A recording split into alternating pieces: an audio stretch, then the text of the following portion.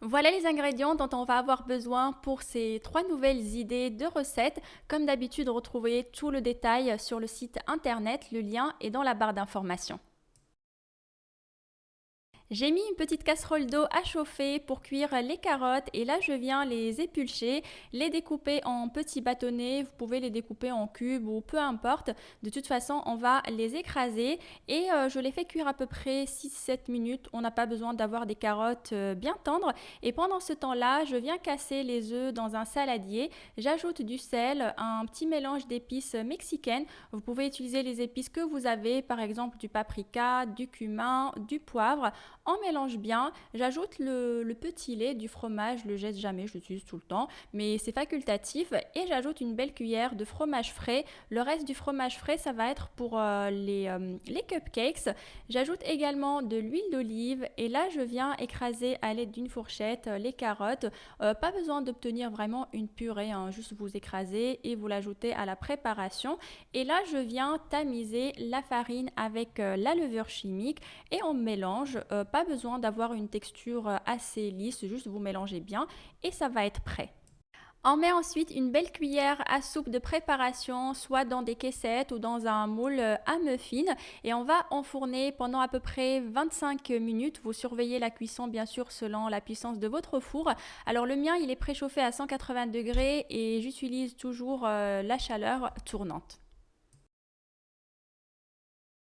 Pendant la cuisson des muffins, on continue les préparations. Là, je viens découper les champignons le plus finement possible et je les mets directement dans ma poêle. J'ajoute un bon petit filet d'huile d'olive et j'allume le feu pour commencer à les faire revenir. Et pendant ce temps-là, je viens hacher assez finement l'oignon rouge. Je l'ajoute aussi dans la poêle. Et pour finir, je hache également le persil, une bonne petite botte de persil. Vous pouvez utiliser de la coriandre à la place ou les herbes de votre choix. Comme épices, je mets un petit peu de sel et pas mal de curry. On fait revenir à peu près 7-8 minutes à couvert. Il faut juste penser à remuer de temps en temps. On vérifie que les muffins sont bien cuits, on les sort du four et on les laisse bien refroidir. Et on commence la préparation des légumes rôtis. Alors pour ma part, je prends du brocoli et du fenouil. Vous pouvez utiliser les légumes de votre choix. Quasiment tous les légumes fonctionnent bien. On peut les cuire au four et c'est super bon. Donc, on vient tout simplement découper le brocoli, le fenouil. Je les mets directement dans un plat à gratin. Comme je vais les accompagner avec une sauce au yaourt qui va être un petit peu relevée, donc je vais mettre juste un petit peu de sel, un petit peu de poivre, de l'huile d'olive. Je mélange bien. Veillez à laisser au maximum le brocoli sous le fenouil parce que ça a tendance à cramer un petit peu. Et si vous avez peur que ça crame trop vite, n'hésitez pas à couvrir votre plat. Le four il est déjà chaud, donc je vais enfourner directement et ça va prendre à peu près 25 à 30 minutes. On s'occupe également de la courge butternut, on va l'enfourner au même temps que les autres légumes. Je viens découper les extrémités et ensuite je la découpe en deux. Je retire les pépins et je viens faire des entailles assez profondes. Il faut éviter de la couper entièrement, vraiment juste vous faites de belles entailles on va dire. Ça permet d'avoir une bonne cuisson et elle cuit un peu plus rapidement que si vous ne faites pas d'entailles. Je badigeonne avec un petit peu d'huile d'olive et là c'est parti pour une cuisson d'environ 45 minutes. Ça va dépendre en fait de la taille de votre courge butternut. Donc pensez bien à sortir le brocoli et le fenouil bien avant la courge butternut parce que sinon ça va cramer en fait. Ça cuit assez vite donc il ne faut pas les oublier. Faites 2 minuteries comme ça vous ne les oubliez pas. Alors pour les courges, vérifiez que le couteau, la lame du couteau rentre assez facilement et après vous pouvez les sortir. Et on va finir avec la préparation d'une petite sauce que j'aime faire assez régulièrement.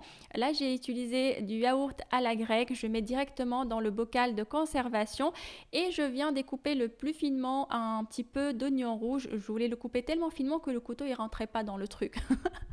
Bon, donc j'ajoute dans le yaourt un petit peu de sel, un petit peu d'huile d'olive et pas mal de cumin. On mélange bien et on a notre sauce. Elle est terrible cette sauce, franchement c'est trop trop bon. Et je vous conseille de la laisser une nuit au frigo avant de la consommer. Comme ça les ingrédients vont infuser entre eux et c'est super bon. On s'occupe du coup de la courge butternut. Je viens gratter un petit peu le fond pour créer une belle cavité. N'allez pas jusqu'au centre, hein, il faut quand même garder de la matière. Et je l'ajoute avec la farce, donc les champignons et les oignons. On mélange bien et après on vient la remplir, donc remplir la courge butternut. Alors à ce stade-là, une fois que vous avez mis la farce, vous pouvez la mettre directement dans votre boîte de conservation et vous la sortez le jour J pour finaliser la cuisson. Pour ma part, c'est ce qu'on va manger ce soir, donc je mets directement le parmesan par-dessus et je vais la faire gratiner au four. Après, il n'y a rien qui vous empêche de mettre le parmesan et de la mettre au réfrigérateur et comme ça, quand vous la sortez, vous mettez directement au four et puis voilà, vous faites cuire et vous passerez à table juste après. Et voilà ce que ça donne une fois tout est prêt. J'ai mis les muffins et les légumes rôtis dans une boîte de conservation. Les trois recettes en plus de la sauce se gardent très bien au réfrigérateur, donc pas besoin de congélation. Et je vous montre tout de suite comment les finaliser le jour J.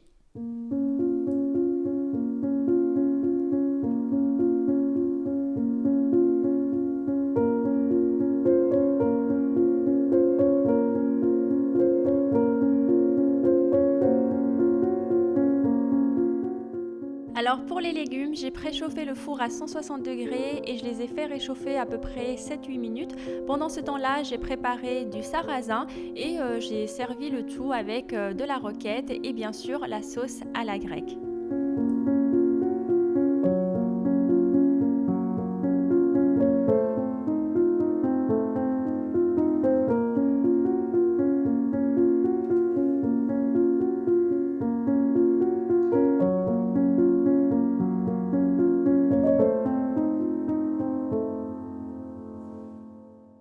Pour les cupcakes, j'ai préchauffé le four à 160 degrés et je les ai fait réchauffer vraiment 2-3 minutes. C'est juste histoire de les tiédir, mais vous pouvez très bien les manger froids, ça pose aucun problème. Et pendant ce temps-là, j'ai préparé la crème en mélangeant le fromage frais avec de la crème fraîche, un petit peu d'épices mexicaines et un petit peu de sel. On mélange bien et on obtient vraiment une très très belle crème et on vient tout simplement garnir les cupcakes. J'ai mis la crème dans une poche à douille, mais vous pouvez tout à fait faire la même chose avec tout simplement une cuillère. Vous mettez la crème par-dessus et ensuite vous décorez avec des petites herbes ou ce que vous avez, peut-être des graines aussi. Ça fonctionne très très bien. Et pour la dégustation, je vous conseille de découper le cupcakes en deux dans le sens de la longueur, d'étaler la crème et après vous pouvez les savourer.